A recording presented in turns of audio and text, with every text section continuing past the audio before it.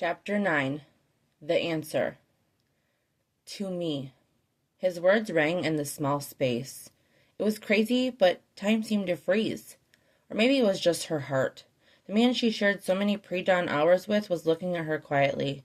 His features were strong, bordering on extreme, but they worked together to make an extraordinary face. For a second, her eyes flickered to the lips she'd kissed. They curved beneath his goatee, a blushed red that gave him an air of being up to no good, even if he was completely innocent. The memory of the tongue ring almost lurched her arm across the counter before she straightened and refocused on his words. Okay, what the hell, she could play along. Where's my ring? Without hesitation, Noah pulled a ring off his pinky and held it between his thumb and forefinger. Let's see if it fits. Straight-faced, Lindy held out her left hand and Noah took it, slipping the thick onyx and silver band on her ring finger. It was a little loose, but it worked. It's temporary, but we can find a jewelry store and you can pick out a better one. Lindy looked down at the ring, then back up at Noah. He sounded serious. Eat your croissant. Noah picked it up and took a bite, talking around it. We need to do it over the weekend. Whoa. Lindy took off the ring, setting it by his plate. Do what over the weekend? Get married. She turned her head slightly. Why? I have a deportation issue. He stopped chewing. My visa ran out. If I don't do this, I'm on a one-way trip back to Greece. Holy shit, he was serious. And there was a reason. Noah, I'll give you 10 grand, he rushed out. That froze her. 5 when we're married, 5 once I get it sorted. This is actually the truth and a real thing you're asking me? Yes, his eyes were clear. So, she moved away from the counter a bit. This is why you've been here? Why you asked me to the carnival? And no. Noah held his hands up. No, Lindy.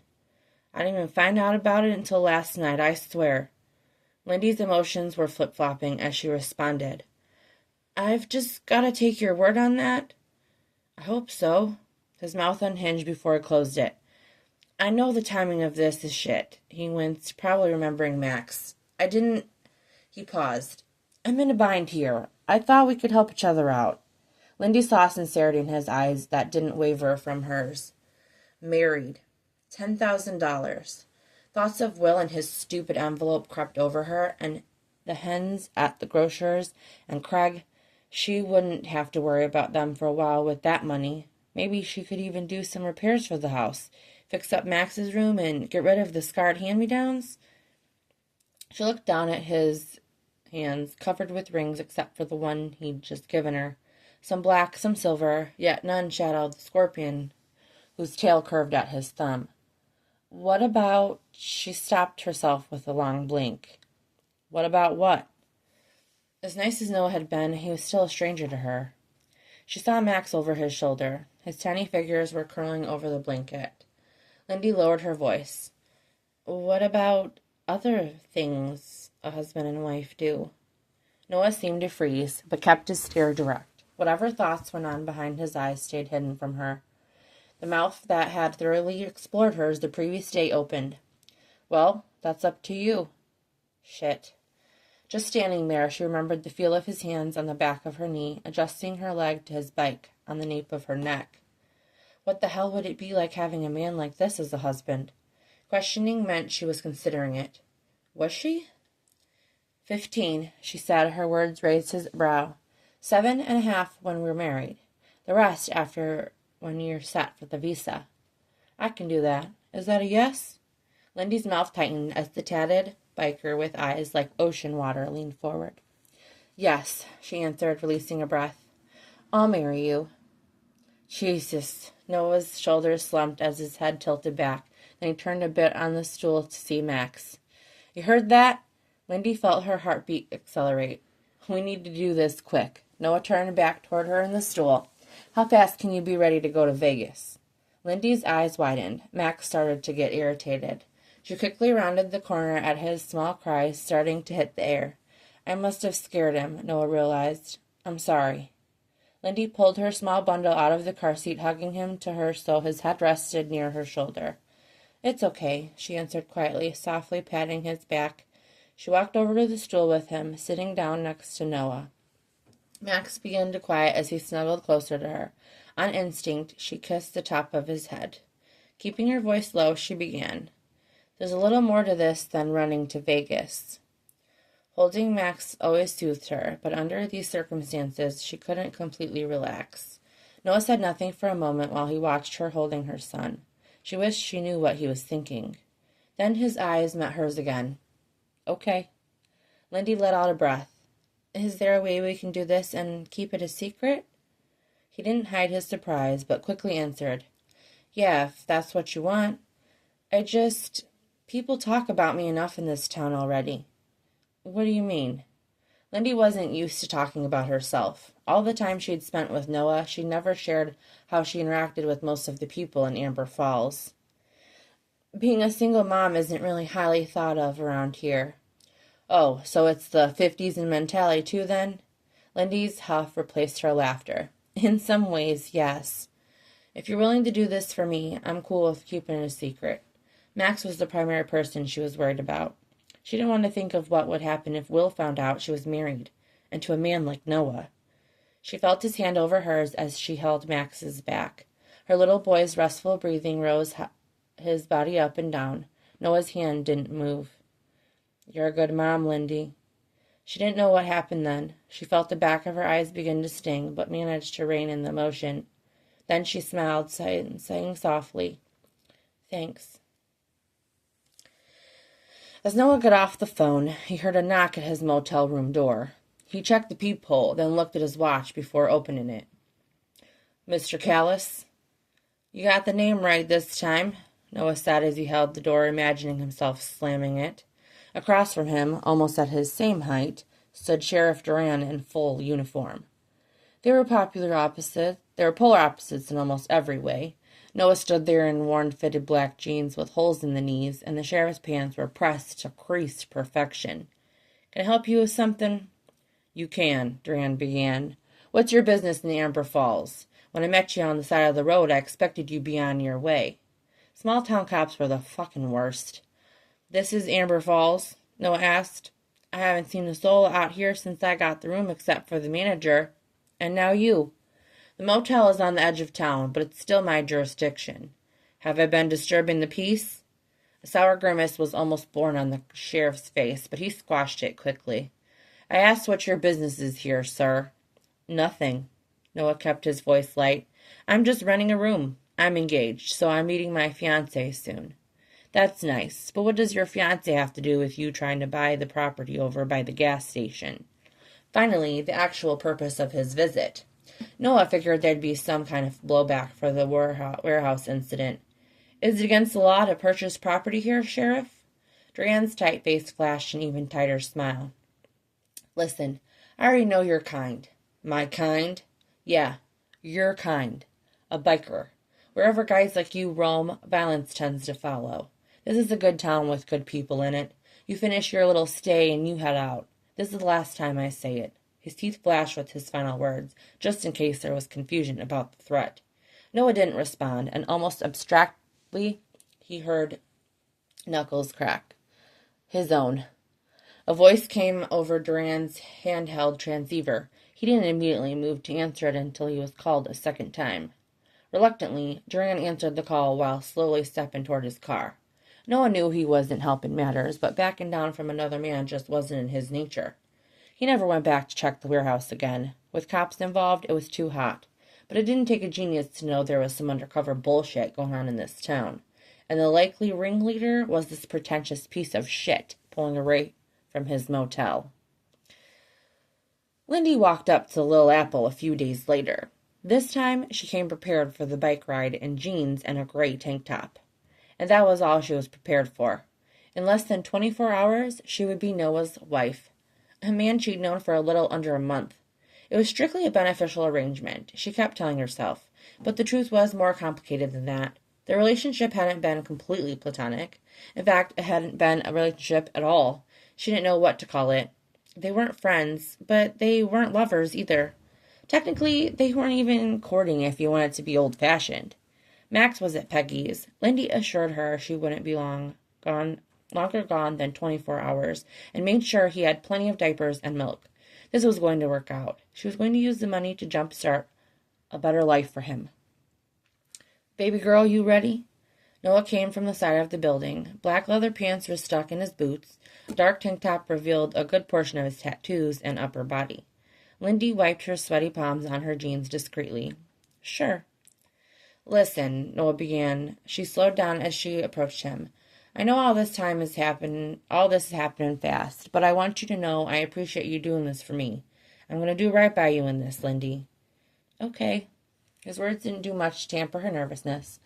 Men's words only had value if their actions backed it up. Either way, she was taking a huge risk with this, and while she considered the madness of her own actions, she was entirely too tempted to reach out and touch one of his nipple rings. You got Max okay? He straightened out? I did. She adjusted the strap on her knapsack. He's probably bouncing Elvis right about now. Noah raised a brow. Holy shit. An hour later, Death Stalker passed them smoothly by the Welcome to Vegas sign. Actually, it said, Welcome to fabulous Las Vegas, Nevada. Lindy had never been here before. Even in daylight, it was huge and beautiful. With so many buildings and signs drawing her attention, her grip around Noah tightened as her anticipation grew. She was going to travel so many places with Max one day. She wasn't going to allow him to be sheltered like she was. Noah parked his bike in an underground garage with security and led her back out of the strip. Even in daytime, the sidewalks were scattered with tourists. Lindy was sure she looked like one herself as she craned her neck to look up at the casino skyscrapers. Las Vegas had a kind of quirky, fast-paced energy about it, like anything could happen here at any moment. It was so opposite of Amber Falls, she might as well have been on another planet. A few sets of people took one look at Noah and made it a point to distance themselves. He noticed it, too, and glanced at her. She reached for his hand, holding it as they continued up the sidewalk. A few minutes later, they walked into a hushed upscale jewelry store. The chandeliers over their heads gleamed enough to make her wince. I need an engagement ring and a couple wedding bands. She expected the lean man in the tailored suit behind the counter to show displeasure, but he beamed and walked forward to greet them. Which one do you like? Noah leaned against the display case. Lindy was sure he didn't mean it. These rings weren't cheap. Each of them appeared to be a rock and sparkled like nothing she'd ever seen. We could find something smaller. The salesman's chin hit his neck. In all my years, you're the first one to ever say that. Lindy wasn't sure how to respond, saying, I'm a simple girl. Noah's tongue ran over his lower lip, and his eyes swung to the man. You have something with roses ingrained in it? The salesman pointed. Taste. This one's a keeper. He held a finger up. One moment. He left them alone as he went to the back. Noah, she whispered, you don't have to spend a lot on a ring. It's not important. He ignored her, and the man returned a few minutes later with 3 boxes. They were on a satin-covered plate, and he set them down on glass, making a tiny ping. Lindy gasped, seeing the rings. Each one was larger than the ones in the case below, and the one in the center was cut like a rose, the silver band around it ingrained with small leaves. That one. Lindy could feel herself blushing. Noah, his mouth was on her cheek, not quite kissing it. It's for you, okay? The feel of his lips combined with the bass of his voice sent a chill from her ear down the side of her neck. She stared at him, his face about an inch from hers. All she could do was smile, and he smiled back. The dress shop was next. Lindy knew it was pointless to bring up that she brought her own dress. The ladies in the shop seemed to freeze like mannequins when they walked in. Then Noah seemed to get a consistent stream of looks. At first, Lindy thought it was hilarious until she realized they saw what she saw.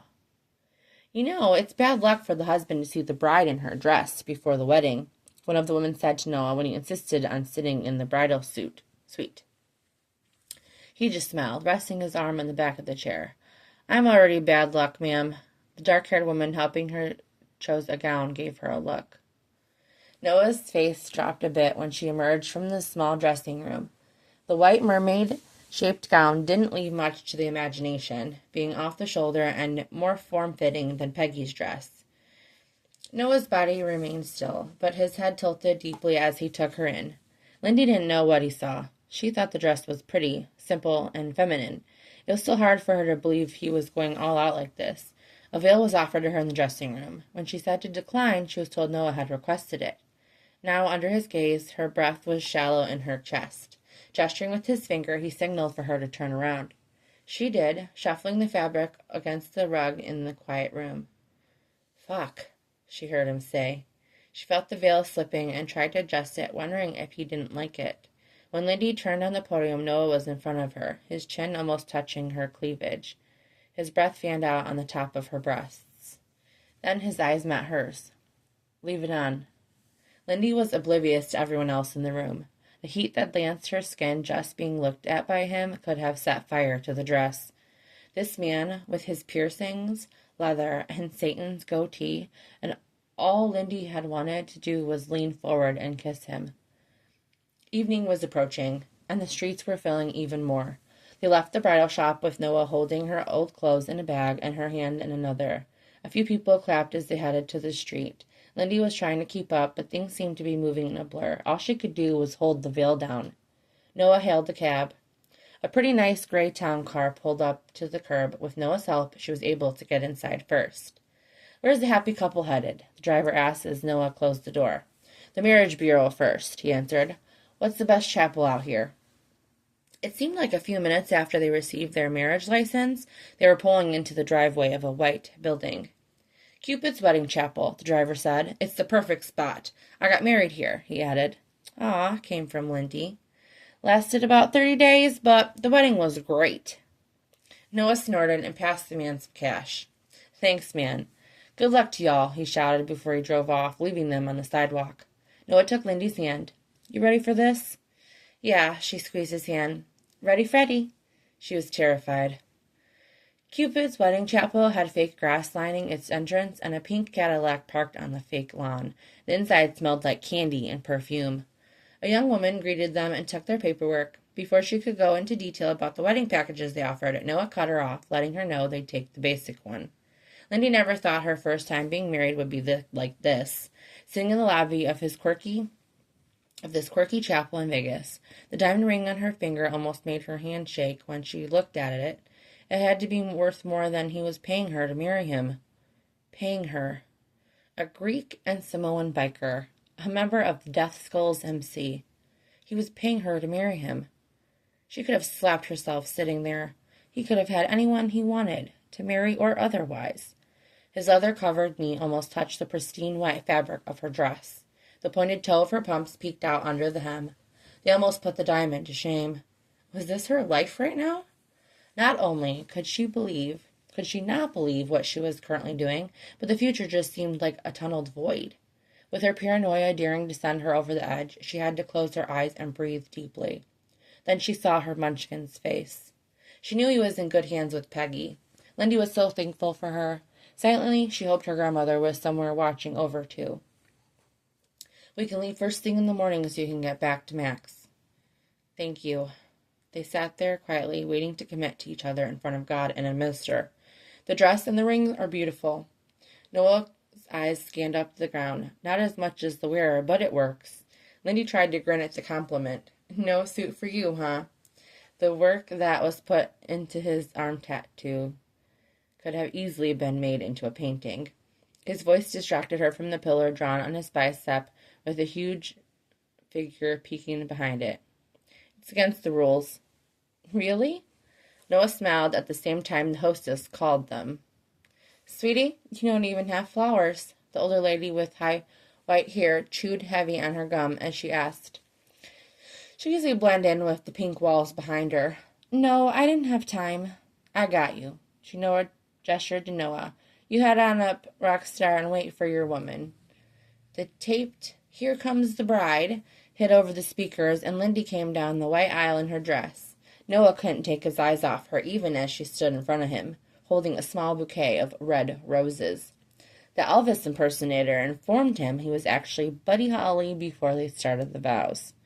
"Do you, Noah Callis, take Lindy Hargood as your lawful wedded wife?" "I do." "And do you, Lindy Hargood, take Noah Callis as your lawfully wedded husband?" "I do." Noah reached for her hand and placed the silver wedding ring above her engagement ring. Lindy broke their eye contact, taking his large hand into hers and added the matching band to his bare ring finger. Then, by the power vested in me and the state of Nevada, I pronounce you husband and wife. You may kiss your bride. Noah leaned forward before Buddy finished bride, taking Lindy's mouth swiftly. He wrapped his hands around her waist and drew her to him, tasting the breathless moan at the back of her throat. Lindy's arms wrapped over his shoulders and their lips tightened over one another each time they caressed. Buddy cleared his throat and Lindy pulled back her head slightly, but Noah ignored him. His kiss slipped off her lips to the groove above her chin. Noah didn't let her go. He couldn't. He just stared down into her deep brown eyes and felt the weight of her body in his arms. I got the kiss, the hostess said between gum smacks. You want one more? Noah didn't look away from Lindy. Yes, he replied before bending down to take her lips again.